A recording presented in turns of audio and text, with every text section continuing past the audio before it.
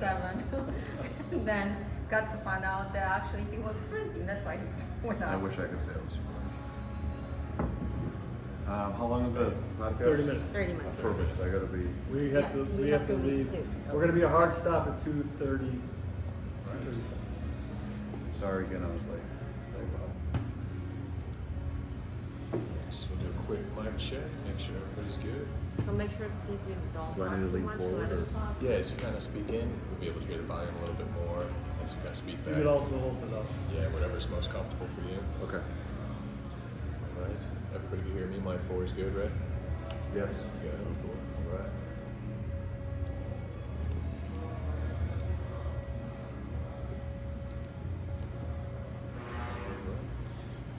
Phones are on, mics are rolling.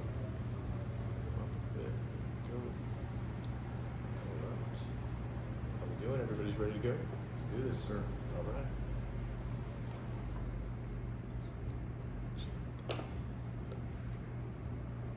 All right, guys, welcome to the Wellness Roundtable. I'm super excited about this one.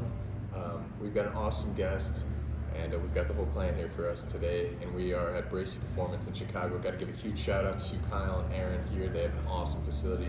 Please check them out. They do private training, and it's just a top of the line facility.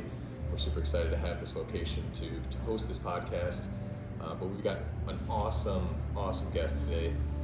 So guys, welcome to the Wellness Roundtable podcast, where we bring together diverse voices and perspectives to explore the multifaceted world of wellness. I'm your host, Alec Fidan, and I'm thrilled to be joined by our guests today, ALEXI, GIANNOULIAS, and Steve Dominica. Wait, you should say my full name. Steve Loretta, my fault, sorry about that. Founder and CEO of Supreme. Are we breaking for our sponsorships, or what are we doing? Yeah, we can pause. All right, we're back to the action, guys. Welcome to the Wellness Roundtable. All right, today we're going to be embarking on a journey of discovery, uncovering insights and delving deep into the realms of holistic well-being, from mental and physical health to social connections, purpose, and everything in between. We'll leave no stone unturned as we engage in enlightening conversations about what it truly means to live a balanced and fulfilling life. Let's dive in and explore the fascinating world of wellness together. Thank you guys for listening on our podcast. If you're watching on YouTube, make sure to subscribe, give us a like, drop us a comment, maybe some topics you want to see, some people you want to see and hear. But really appreciate you guys being here. Today, we've got the privilege to be next to the Secretary of State, ALEXI GIANNOULIAS. Thank you, man. It's a pleasure to sit next to you, and I'm excited about this. Thanks for having me. No problem. So, a little background, if you guys don't know. ALEXI's a visionary leader. He's an advocate for holistic well-being. That's the reason we brought him on here. Is I think his background, you guys can get a ton of value on, and just the level that he's got to is super interesting, especially so the stuff that we're going to learn about today is awesome. So he's got a remarkable background as a public servant, athlete, entrepreneur, and much more. ALEXI brings a wealth of experience and a passion for creating positive change. And throughout his career, he's championed an initiative that promotes wellness, social equity, and community development, just to name a few. Today we have the privilege of delving into ALEXI's unique insights, perspectives on wellness.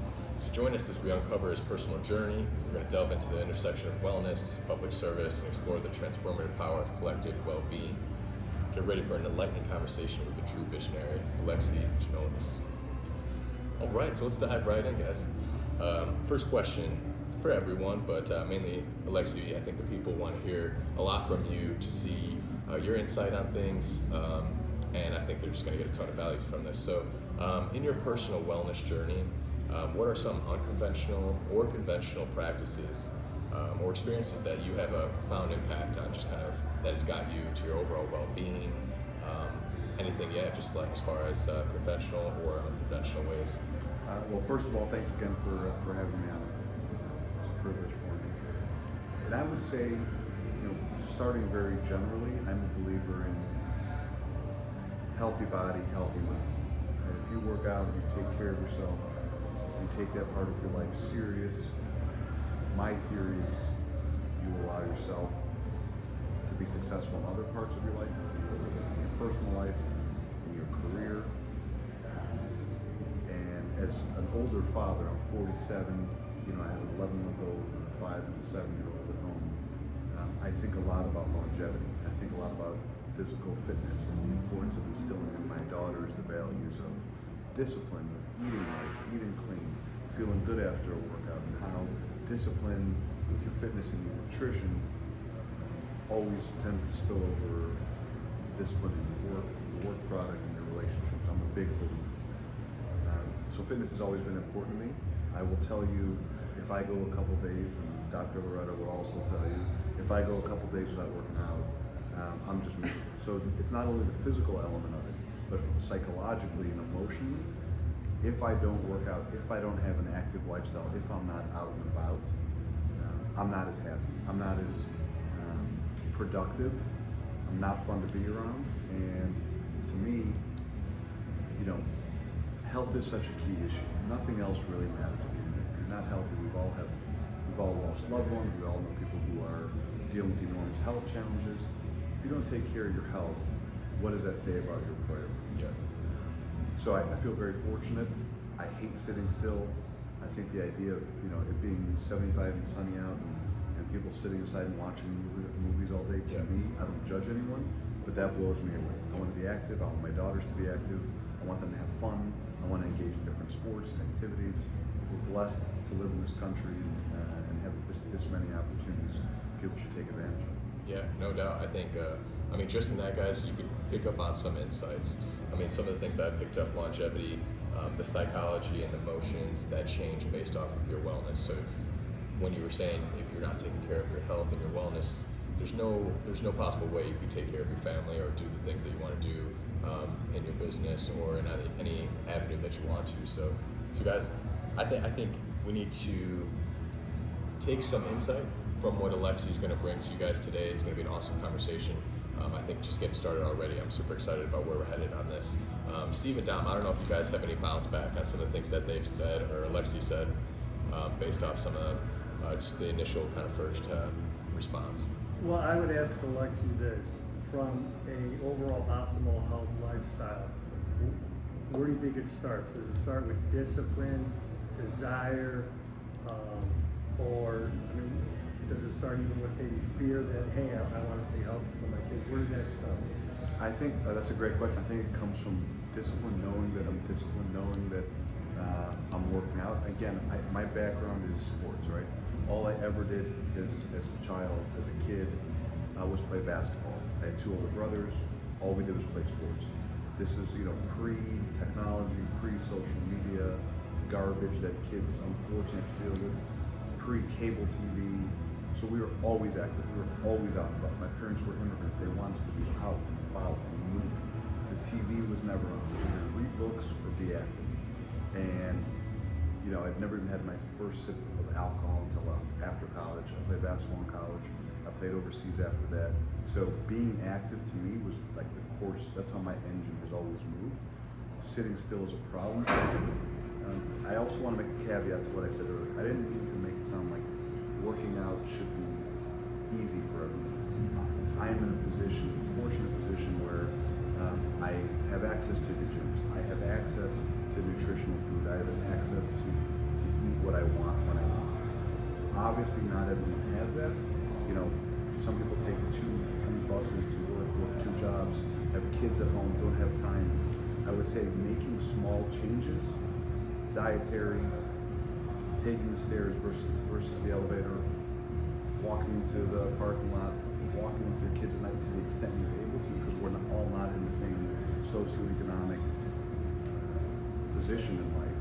But I think making some of those small changes can be transformational for everyone, regardless of whether you're, you know, Steve and I can love working out, you can, you know, find time to go run sands or come to the nice gym or get high quality food and protein shakes. I would encourage anyone, any and everyone to sort of take some baby steps. And I think that's a great point that you mentioned, because when we go to Europe, what do we see? We see folks, older folks, on their bikes going to the grocery store, living a healthy lifestyle. Well, they're just getting out, they're going to the bike, they're going to the supermarket. I mean, they're not going to the fancy gym, they're not going to the fancy juice bar, and they're living a healthy lifestyle. They're staying disciplined with that lifestyle. That's a great, so the point I would make, what I see when I travel back, so both my parents are from Greece. When we travel back to Greece, what I notice more than anything, exercise, I don't know that they take as serious as we do here. They're definitely more active. Some of that is to do with weather. But the way they eat, is so diametrically opposed to the way that we do in this country. My grandma passed away a couple of years ago at 101. Never worked out a day in her life. When she passed away, all her faculties were there. But in 101 years, I don't think she ever once, and I'm not exaggerating, ate out of a box or a bag. It was whole foods, it was fresh fruits, it was vegetables. And in this country, when I see some of the chemicals that especially kids are eating, they're not even non-healthy foods to me. They're not even food groups. I mean, they're literally chemicals. You look at what's on the cereal box. You look at what, again, I'm not here to bang on other parents, but, and we're guilty of it too sometimes from a convenience standpoint, but like mac and cheese, where there's no mac and there's no cheese, right? And the candy and the garbage that we give them, it impacts their attention span, it impacts their ability to read, it impacts their ability to sleep, it impacts their overall health. That's why we're seeing so many illnesses. We're spending so much in this country on healthcare needs, why we have this influx of ADHD and celiacs and all these things. I really wish as a country we found ways to eat and provide cleaner, better foods, especially for people at the lower end of the economic spectrum. Gotcha. And I do think that could be done through discipline. Yeah. I do. But again, I think that is a tough chore to handle. Well, I Nope. feel that certain foods are quite expensive here. Like you said, not everyone can actually go to Whole Foods or organic. Well, my kind of thing is like how, for example, obviously we brought up people have different circumstances, but the general knowledge that I would think is out there is pretty intelligent, and I just don't understand that. For example, you brought up the school systems or things like that. How come they're giving, or even for like diabetic people, they're recommending a glass of orange juice with some oatmeal and something like how, and they're looking at that, that's a good stance, or like that's a good approach. But when we look at what happens when you do something like that, you're spiking all these different things. Then what do you have to do? You have to take insulin. So there's like this cause and effect problem that I think is out there. So I'm curious, Alexa, what do you think? Because I think all this kind of comes into, I mean, discipline, but it has to be a disciplined balance of doing things right. So eating right, your fitness, but you can't just, I feel like if you don't, that's the ground. We'll take care of your health. That's the foundational stuff. But as we move forward, I think you nailed that. But then how did you get to go from your disciplined dedication and the consistency to then kind of go and take that to like a next level? Or how do we start to clear up some of these things that are out there? I think I can only speak to myself personally. Yeah. To me, it's a vicious cycle. On days when I work out really hard, I tend to eat the cleanest, because I work my butt off in the morning. I don't want to waste it. And conversely, when I eat really clean, I want to get a good workout. So I think it's a cycle. The problem is people fall off the wagon, they get injured, they start eating like crap, their body feels worse, they're less inclined to work out hard, they'll have some extra pizza, some extra junk food. So I think it's like momentum. I always tell people, to the extent they care what I have to say, it's better to do something, even if it's not the greatest workout in the world. Be active tomorrow or the day after that. Keep moving, because to me, it's so much harder. It's so much harder to get back into shape or to lose the weight that you gain. I would rather try and stay consistent, and actually it's easier to maintain than people who balloon up and down. Daily routine. Talk about it as far as just waking up, what you're eating, what does it look like, and what kind of movement, exercise are we doing throughout the day, and kind of go into it from work, kids, everything, and how the day goes. A couple things that are a foundation of my fitness and nutrition. I'm a firm believer in intermittent fasting. Nice. So I don't eat breakfast. I'll have some black coffee or some espresso shots with a ton of water. I'll drink salt water in the morning. So I do not eat in the morning. Intermittent fasting has changed my life, not just aesthetically, but seeing the studies on the decrease in Parkinson's, heart disease, Alzheimer's by fasting, and the ability to have your cells reproduce and cleanse themselves, to me, is groundbreaking. It also makes a lot of decisions for dieting easier. I just know in the morning I'm not going to eat, and at night, I go to a lot of social events, political events, public events. I just know I'm having water. I don't have to worry about an appetizer tray or a hors d'oeuvre tray, because I just don't eat. I cut it off. That's a huge piece of it. And then workouts are normally only done in the morning because that's my only window. And again, I probably overdo it. I probably work out, 7 days a week, or 13 out of 14 days I rarely take a day off. I don't think that's smart, but again, I do it for mental purposes. On days especially when I have stress, I tend to work out even harder, which is, I think, counterintuitive to some people. But when I know I'm going to have a really stressful, really crazy days, that's when I really get after it. Because if I don't, I will be that much more miserable, and I will have less of an ability to deal with those stressful days. So then how do you recover after? Recovery is a problem. I have a sauna in my house. I love to do it when I can. That's a timing issue. I'm a big believer in nutrition helping out with recovery, so I drink tons and tons of water. If I had more time, I think what Fidan built in Park Ridge and Willbrook is game changing. But from a day to day with 3 little kids and a couple full-time jobs, I would say it's difficult to get out there. But if I'm ever able to, I would love to come out to the extent I can. Hyperbaric, IVs. I think cold plunges are absolute game changers for how your body feels, your ability to sleep better. I think that kind of stuff's important. I probably, if I was perfect at fitness and nutrition, I would spend a lot more time on recovery, and that's probably a big hole, a big gap in my lifestyle. So where's the window when you eat? Sorry. So. No, go ahead. So my window, I try and do 18 and 6. So I'm normally done eating by 5, 5:30, the latest 6 o'clock, the latest. And then just for like the audience and for our viewers, what are you putting in? Like what kind of food? So I don't eat any refined sugar. I haven't had a candy bar or ice cream in 5 or 6 years, like literally cold turkey. If I do eat sugar, it comes from fruit, which I put in my smoothie during the day, which is convenient and nutritious. I don't eat a lot of carbs at all. I'm not, and that's not to say they're bad, just my body tends to work better without carbs, so I don't eat bread hardly ever. Pasta, very, very, very rarely. If my daughters have something, I'll have a bite of it. But I'm protein-based, within the window, tons of water, and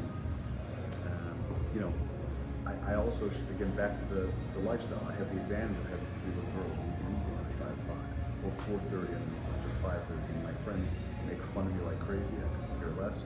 My wife thinks it's crazy that I'm done eating at 6, and sometimes we have family dinners, or I have dinners to go to at 7 o'clock, and all I drink is carbonated water. Sometimes people think it's funny or weird. Sometimes it's a conversation piece. Either way, I found that to be, for me, the best lifestyle. I will also, last point I'll say, intermittent fasting.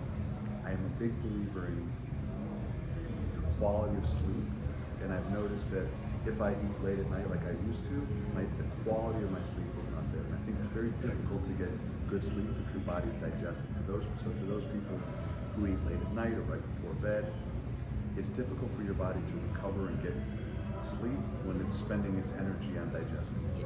I agree. I do the same. 16 hours of not eating, 8 hours of eating, but I do carbs because my body is doing better on carbs than heavy protein. So I don't digest that very well. But I think that comes from culture and how you've been raised when you were kids. You were very, very poor, so you're eating lots of carbs, less meat. So that's, I think my body is the best on more carbs, less protein. Going back to, so what I'm interested, going back to that recovery piece. So I think all of us here are working out hard. I do 6 days a week. I have to take a 1 day a week of break of maybe moving around but not working out, because I get to the point that my mental is not there anymore. Like I need to get that break of just heavy lifting or running or whatever I do, to have that like a mental break. And I do probably lots of more recovery because I do peptide therapy, I do hyperbaric chamber. So I'm interested, how do you deal with the the emotional piece of it. Like, aren't you ever like exhausted from working 13 days, working out 13 days out of 14, not doing much of recovery? Like, how are you handling that, you know, mental fog or stress? And I would say in a bad way, right? I'm not condoning this. It's almost like being an alcoholic or a drug addict. I know that I'm not doing my body any good. I know that I'm tired. I know that that's going to be effective. And I say, I'm still going to go to the gym. I'm still going to hurt myself. And by the way, that's admittedly a problem, especially as a 47-year-old, but I need it. And sometimes I need someone to be like, the evidence shows, I have to like read an article that I've already read saying, instead of working out today, go for a walk or hop in the sauna. But that takes a reverse discipline. It takes a lot of discipline for me not to do that, which is admittedly a problem, and I need to spend more time on recovery. And I also think that goes back to your discipline and your competitiveness. Where playing basketball at the level you played it at, there was no days off when you were probably a kid playing basketball, practicing, all that kind of stuff. That never came into the equation. And then obviously, you know, college level, your team, they go to the NCAA tournament at Boston University, then he goes and plays professional in Greece, even gets almost a trial with the Celtics. So all these different things, very competitive, very disciplined, now takes that into the arena of the business world, politics. So I think now with the working out, that is a coping mechanism for you, right? And so that's a balance that he probably needs in his life, and I can understand that. But I do agree with Dominica that can that play into other people's emotional well-being? Yes, of course. What I kind of pick up from this is like when, I mean, anybody, and as the viewers guys are watching this, you get to see that anybody in different circumstances does things differently. Works out 7 days a week, 6 days a week. We talked about in our last pod about 5 days a week. Everybody has different circumstances, different consistency, different volume that they might take on based off their circumstances. You know, some may have to work out a little bit less or more to deal with some mental issues. So that's kind of what I want to get into is the mind versus body circumstances of things. And I think that's super important in politics, in business, in financials, and in the economy in general. So I'm curious to kind of to shift from you know, working out is great for the physical attributes and what it does biologically, but you brought up just to clear the mind sometimes, or just to maybe on a hard day, like you said, I'm going to get it done in the beginning because I know I have so much to tackle for the day, and if I get this hard, strenuous things out of the way, I won't feel like I'm procrastinating. At least that's kind of how I feel when if I don't work out or if I skip something that's hard or important. I feel like I'm just procrastinating things all day because I still haven't got to that one valuable piece. So curious what you think on that, on just kind of mental awareness, mental training, and maybe some of the things that you have done in the past. Great question. So I would make 2 points. One is how I feel, and one is I have a story about our former president. First is my theory on life, and I hope the lesson I want to pass down to my kids is to get a little better at life, in life, every single day. It could be large strides, it could be small strides, it could be physical, it could be mental, it could be emotional. You want to grow. You want to always move forward, always move forward, always move forward. And to me, and maybe this is subconscious, when I work out, especially if I work out hard, you know, early in the morning, I know when I lay my head down in bed that night or in the afternoon if I have a couple minutes, I know at the end of the day, no matter what happens, I move the needle forward on my health. And that helps me attack other things. It's like, again, back to momentum. If nothing else today, I had a crappy day at the office. I got in an argument with my wife or a friend, but you know what? I worked out like a beast and I got stronger, I ate better, I helped clean my system up. So it's mental. The second piece I'll say on sort of the mental and stress levels that exercise helps with. So I ran for the United States Senate in 2010. So in 2009, I was full-time at the campaign, and I was the state treasurer. So I was working until about 1 or 2 in the morning, then I get dropped off, and then get picked up at 5:30 in the morning, 7 days a week. 102 counties in Illinois. I worked harder than anyone who's ever worked. I had nothing left in the tank. I didn't work out 1 minute. Some days, most days I wouldn't even eat dinner or forget to eat dinner because I was so busy. And when I did eat, it was like Culver's or McDonald's. But I was working so hard and I was so on that I kept on just dropping weight. My skin didn't look good. I had horrible bags on my eyes. I was really banged up. The President of the United States was Barack Obama. He was a friend. He was in town and campaigned for me a couple months left to go. And as we're heading to an event, he looks at me and he goes, "Man, your shirts don't even fit. You lost so much weight. Horrible." He goes, "You're still working out, right?" And I go, "How can I work out? I'm running for the United States Senate. There's no time." And he looks at me, and he's kind of an overconfident guy, and he goes, "Listen to me. You got to work out every day." And I was like, "Well, I'm in the race of my life. I'm in the fight of my life for the Senate. Who has time for that?" And he grabs my arm and goes, "I'm the most important, I'm the busiest guy on the planet. Literally, I'm the busiest guy on the planet. And every single morning, I work out." And I remember that being so profound to me. Like, the President of the United States is telling me he works out. He finds time every single morning. And that was profound. Profound. So, again, we have the financial ability to work out, make our own schedule, make a nice healthy smoothie because we have a stock fridge. Not everyone has those advantages. But if time alone is your excuse, that's not an excuse. Because if you don't take care of your health, nothing else matters. Yeah. No, I think that's huge, and I think that gets into a little bit of environments. And I'm curious to you placing yourself into different environments as the kind of years have gone by. How much has that played? Because I'm guessing there had to have been people at the office that weren't that way, that didn't say, "Hey," or the president saying, "Hey, you got to work out every day." I'm sure there's also people at the office that are on the opposite side of the spectrum that don't work out at all, that are flirting with obesity, things like that. How would you kind of balance like sitting next to somebody or being next to somebody that maybe isn't taking those steps, and you're just kind of like, do you brush them off? Do you kind of try and motivate them? Do you try to be that person for them, or is there too many people out there? Like, what's kind of your thought? Another great question. I think it's very difficult to give people instruction and lessons without being judgy or judgmental or preachy. But I think it's difficult to tell people to live a certain lifestyle if you don't practice what you preach. So to me, I try aggressively, I'm not telling you what to do, but do you know what's in there? The guy who works with me, who's crushing these Arizona iced teas or some kind of something from convenience stores, so we're on the road a lot. And I said, and he thought he was drinking a healthy Gatorade. I forgot what it was. And I go, I'm not trying to judge you, but it's you and I talking. Do you know that there's 42 grams of sugar in that drink? 42 grams. It's like 2 Snickers bars. Yeah. And he looked at me. He goes, "Holy cow! Here I am. Every day we're on the road together, thinking I'm eating healthy, drinking healthy, and these are calorie dense. They're not calories that are helpful. 42 grams from a drink." And ever since then, now he gets a Perrier with lemon or sparkling water, and that's 2 Snickers bars that he's saving every single day. So that makes me feel good that I'm helping to educate just by pointing things out that people don't realize, or saying, did you work out today?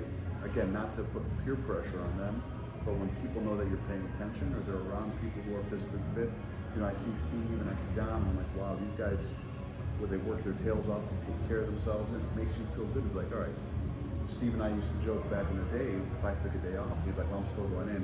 He would drive me nuts and vice versa. So I can't make it to work out today. And I'll text him and be like, I killed it today. And I know he's a psychopath when it comes to workouts, and he'll go in there on his own at 11 o'clock at night because he's built in the same way, or do whatever it takes. And that kind of peer pressure, I think, it allows you to evolve and to grow. It also adds depth to your relationships as well. Yeah, no, I think peer pressure leans both ways. It could be like a bad version of peer pressure, but good ones. Like, I think some people need, it could be a wake up call, just like that. I know Tony Robbins is big on like psychological changes.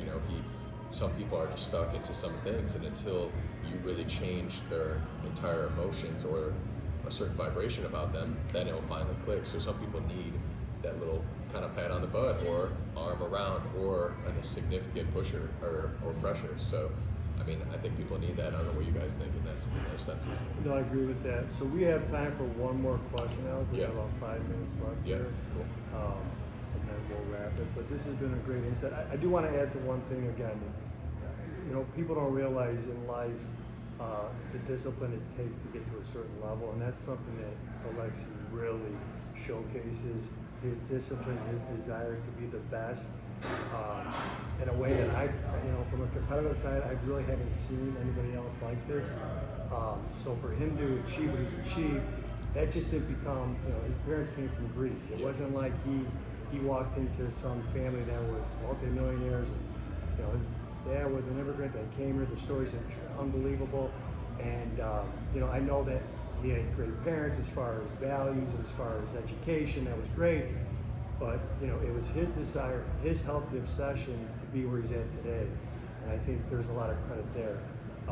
So let's finish this down to something else. No, of course. I know I kind of... No, if I can add to that, thank you for saying that, but I think sports, and again, not to make this an interview where we talk about cultural norms, but it kills me when I see kids who just are on their phones all day, or playing video games. And I know, by the way, it's so much harder being a kid today than it was for us. But they spend so many hours sitting in a dark room playing television, and you can just see their lack of ability to have a conversation. Go have coffee with a friend, go for a walk, go for a bike ride, look at someone in the eye, not be addicted to their phones. It's such a problem. I see it in my in the political world when we talk to youngsters. It's like a drug. They can't stop looking at their phone. I think that's problematic. So I think it's up to us to be role models. I want my daughters to be active. I don't care if they end up playing in Wimbledon or just being a runner or doing something. Well, here's the example. We're both 47 years old, right? He's very busy. I'm very busy as being a doctor, and he's just handing out things that with his name on it for people to drive with. Anyways, with that being said, when we do meet up, we meet up to maximize our VO2 max. That's our conversation. We literally meet, run sprints. He goes his way, I go my way back to work. So that's the discipline and the competitiveness we have to continue to move forward at our age. And again, he does it for certain reasons, I do it for certain reasons. There's always a reason for what you're doing it for. So let's end with one more question. Yeah, that kind of perfect segue, because I'm curious with this fast-paced modern lifestyle now, tons of technology, virtual reality, talking the metaverse, just like you said, younger generations they're getting that gist of it very fast, and I think at a maximum rate than ever before. So I'm curious to how do people find moments of stillness kind of in between all this, or how do we advise, let's say, the younger generations, for example, my younger cousin or something like that are maybe at the ages 5, 6, 7, 8 that are finally start to be awoken to things around them. How do we kind of instill the right things into them, or give them the balance of, because if they see, our younger generations, they see how much technology can help them. They see their favorite influencers or business people that are using technology for business and to transform their lives. And I feel like they're kind of stuck with maybe the side of like, hey, get outside and play, but also, hey, don't forget to do your YouTube channel that'll explode and transform your career. So how do you find kind of like the push for that generation of the modern lifestyle? I mean, if I had the answer to that, right, it's a challenge because I talk about being active all the time. I had parents who came to this country with nothing, and they said, "We want you to be active. This is unacceptable." But also, we didn't have these video games. We didn't have cell phones. Even when I was in college, we didn't have cell phones, right? And I tell that to even my wife, who's a decade younger than me. It's hard for her. That's just a decade, right? And it's unimaginable to her that we didn't have cell phones in college. But we spent more time talking. Let's go have a drink. Let's go have coffee. Let's go to have lunch. Let's go for a walk. We look at someone in the eyes. Now you see younger kids. Their social skills are lacking because they don't have to talk to them. They think that being on Instagram or TikTok or Twitter is socializing. And to me, it's dangerous. I am nervous for the future, but I think it's up to parents, teachers, mentors to really promote an active lifestyle. Because I will tell you, you feel better when you eat right. You feel better after a workout. You feel better after a bike ride. I don't know the solution to it. I think if I did, I would get a Nobel Peace Prize. But I think it's up to parents, to the extent they're able to also stay off the phone. I give my wife a lot of credit. She's not on her phone. She never lets my girls watch iPads. Very, very, very, very rarely do they get to watch a movie or TV. So because of that, they don't feel like they're missing anything. But also, my wife couldn't do that if she's scrolling on her phone. Gotcha. No, definitely, guys. I think I mean, I hope all this, the conversation we had today was awesome insight. So thank you so much, Alexis, for sitting down with us. I know this is a super cool moment for me, but I think it's going to be great for all of our viewers and awesome. So we thing got to a talk couple about. rapid questions real quick. Yeah. Favorite lift? Hex bar deadlift. Cardio weight training. I used Cardio. I, Cardio. no, I like weight training. Okay. So that's my question. If you could sprint in the sands or come in here and lift, what would you do? Sprinting in the sands every day of the week. Sprinting in the sands are the best thing you can do without putting pressure on the joints. Get your VO2 up. Testosterone, fat burning, metabolism. On days when we run on the sands, I eat 3 days worth of food in that window again, and I can't get enough. That just shows me that engine. I think sprinting is one of the greatest things you could do. You do in the sands as we're old guys without pounding on your knees and ankles and joints. Sand sprints to me are an absolute game changer, and we're outside, and there's camaraderie. That's the best workout there is. 2 more questions. Hyperbaric or cold plunge? Which one if you had a choice? Wow. I really like the hyperbaric. And then the last one, favorite thing to eat, health-wise? Favorite thing to eat health-wise? My wife makes a chicken that is out of this world. Grilled chicken. She makes it with olive oil and turmeric, and it's out of this world. And if she made it 7 nights a week, I would eat it 7 nights a week. My girls love it. I'm obsessed with it. And then my second would be any type of fish and grease in my home country, which is always fresh and delicious. There we go. All right, guys. Well, as we come to the end of this captivating episode of the Wellness Roundtable, we hope that you gain valuable insights and inspiration to enhance your own well-being and your journey. Remember, wellness is a continuous, ever-evolving process, and by exploring different dimensions of wellness, we can cultivate a life of purpose, balance, and fulfillment. We extend our heartfelt gratitude to our incredible guests, ALEXI, Steve, and Dom, for the valuable contributions and unique perspectives that you guys can get today. Don't forget to reflect on the questions that we've discussed. Take action towards prioritizing your own well-being. Stay tuned for more enriching conversations. And until next time, keep nurturing your body, mind, and soul. This is the Wellness Roundtable. We'll see you guys next time. Cool. Done. That was good. You didn't even go through like 3 questions, I think. It's really great. Good. Hope I did okay. No, it's amazing. If you don't like it, I'll do it again. Yeah, you should. We should do it one more because he has great No, we questions. finished off the season perfect. But then in the second Anytime season, you want, if I can help get someone else on who's even more popular or important, let me know. I love it. Yeah, I'm thank proud you of so you, man. much. That's awesome. Thank you. I'm sorry that I'm in a rush. No, No problem at all. Thank you That's again. good. Bye now. Thank you. Bye. Thanks for everything. I'll see you Dom, later. when things that Dom and I come back and Greece, I'm gonna take you to the CCAC. Yes, please. We'll take a look and do a tour. You can meet some of the folks there. It's If I really- can get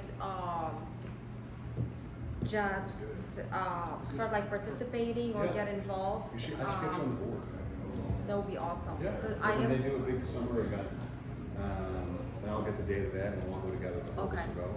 It's a Okay. great organization. They do really I well. would love that. Thank you. All right. Thank you. Thank you. Dude. I did late today. Did you? Yeah. Don't tell what we did, please. Did he do legs today? Cabs. He did cabs. What a sicko. I had to. I heard you did it, so I said. I told him we were You yelling. would be very proud. He actually did not do a workout. We were not going to go. Was he strong today?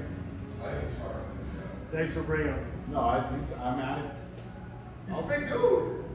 He ain't doing 50 squats at the end of the day, though. That's gonna hurt tomorrow. But thanks for making me feel good. All right, I love you guys. I'll see you. Bye. Thank you. Hey man, how are you? Good. That was, That was awesome. I stayed on point, right? Yeah. Is that good? That was good. Is that good? Yes. And stop. Sure. Yes. You were good, Alec. Thank you. You were